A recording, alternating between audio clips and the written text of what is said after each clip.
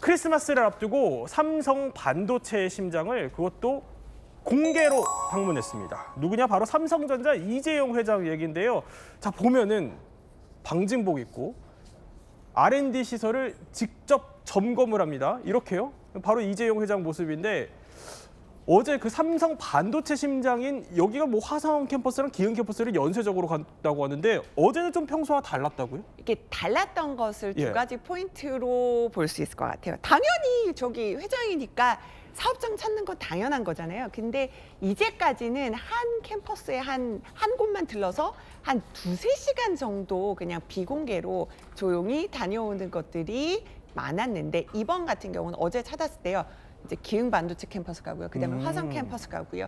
이런 것들을 거의 그 종일 걸렸는 데다가 연쇄 방문으로 했고 저렇게 방진복을 입고 지금 일정을 둘러보는 모습도 이렇게 이례적으로도 공개를 한 겁니다. 그렇군요. 그러니까 지금 보면 이렇게 돼 있잖아요. 자신감 회복 시그널. 네. 최근에요. 삼성전자 주가도 많이 올라왔잖아요. 많은 분들 좀 요즘은 좀 환하게 웃으시는 예. 분들 많은 것 같아요.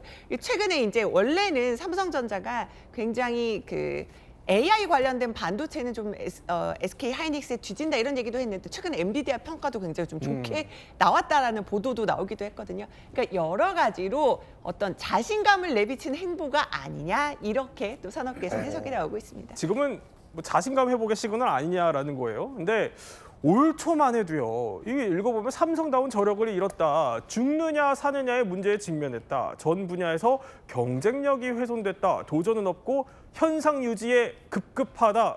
사실 이게 뭐 이 회장이 쓴 말이 맞나 싶을 정도로 굉장히 뭐 말 하나하나가 뼈가 아플 정도의 말이었는데 당시 어떻게 들으셨어요? 그러니까 그때 당시 이제 원래 이재용 회장의 이미지는 온화하고 그다음에 부드러운 카리스마라는 표현을 많이 썼는데 네. 저때 워딩들을 보면은 위기의 삼성으로 한마디로 축약할 수가 있으니까 저력을 잃었고 죽느냐 사느냐의 문제에 직면했고 우리의 경쟁력은 도대체 뭐냐 그리고 왜 현상 유지에 급급하냐 앞으로 나가지 않느냐 저때 상황을 보면 이해가 돼요. 왜냐하면 대만의 TSMC라는 세계 굴지 반도체 기업이 있잖아요. 거의 세계를 석권하다시피 했고 삼성의 반도체 장악력이 굉장히 쪼그라들고 있다는 그때 그 위기설이 나오던 때였고 네. 그때 또 맞물려서 이른바 삼전의 주가도 하락세를 면치 못하고 있었기 때문에 그것을 지휘하는 이재용 회장 입장에서는 엄청난 위기의식을 느끼고 그다음에 본인이 원래 언어가 아니지만 강한 메시지를 통해서 다시 한번 삼성의 뭔가 변화를 이끌어내는 그런 이제 강한 워딩을 썼는데 올 연말에 이렇게 짧은 시간에 이어지고 나서는 바로 또 삼성의 자신감이 회복되는 것 같아서 한 해에 너무 많은 격세지감을 느끼고 있습니다. 자, 이렇게 이재용 회장의 어떻게 보면 이미지, 평소 이미지와는 조금 달랐던 그 강한 질타가 아마 어쩌면은 좀 이 사람을 떠올린 게 아니었을까 싶기도 합니다. 바꾸려면 철저히 바꿔. 극단적으로 얘기해. 농담이 아니야. 마누라 자식 빼는 건 다 바꿔봐.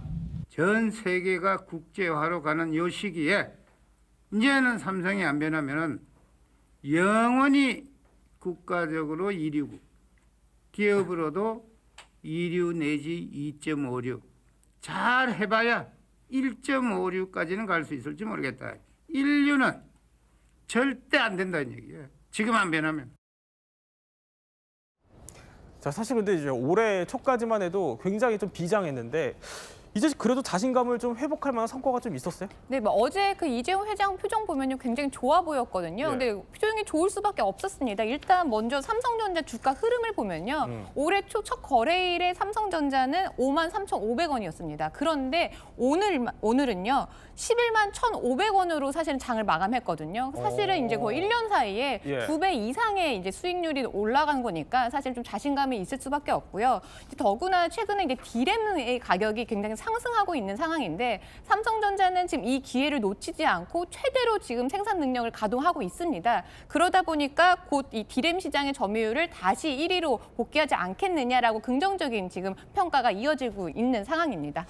자, 아무래도 이런 배경에는 그 누구보다 바쁘게 뛰었던 총수가 있었겠죠. 저희가 한번 그래픽으로 정리를 좀 해봤습니다.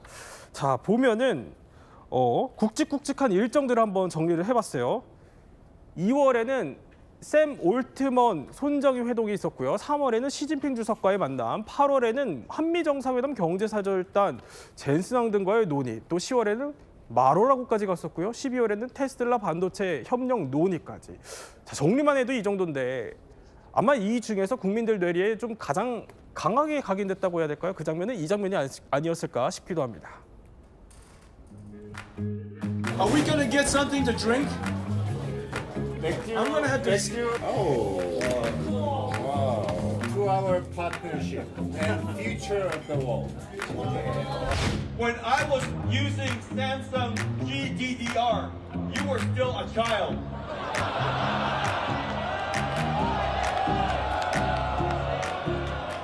It's true. He's so young. Young and arrogant. 아니, 근데 저는 이게 기억나요. 그때 몰려든 사람들한테 아니 왜 이렇게 아이폰 맞냐 이러면서 농담도 하고 그랬었는데 이런 모습 많이 보여서 그런지 요즘 젠지라고 불리는 그 세대가 꼽은 올해 리더 압도적인 1위였어요. 그렇습니다. 우리가 젠지 세대라고 하면 이제 1997년부터 2012년에 태어난 이른바 이제 디지털의 가장 강한 세대를 우리가 얘기하는데 여기 이제 우리가 이제 이 세대를 대상으로 설문조사를 3천여 명 정도를 해가지고 했는데 압도적으로 52%로 이재용 회장이 1위를 했어요. 근데 저는 놀라운 게 그 내용이 더 중요합니다. 왜 이재용 회장이 이렇게 높은 평가를 받았을까? 그러니까 이 G세대들은 실력, 전문성을 먼저 보고요. 두 번째가 소통 능력을 보는 거예요. 그래서 소통 능력, 그리고 이제 명확한 목표, 비전과 제시. 그러니까 단순히 나를 따르라는 리더십이 아니라 너와 함께 하겠는데 내가 가고자 하는 곳이 여기야. 함께 가주겠어? 라면서 끊임없이 소통을 하는 거죠. 그런 점들을 매우 높게 샀다는 측면에서 앞으로 이재용 회장의 리더십은 아버지였던 이건희 회장의 리더십과는 조금 다른 형태의 그런 이른바 좀 유연한 리더십을 통해서 삼성의 제2의 도약을 이끄는 그런 과정으로 가지 않을까 저는 그렇게 봅니다. 네, 또 연말에 주목받는 이재용 회장의 리더십 얘기 한번 살펴봤습니다.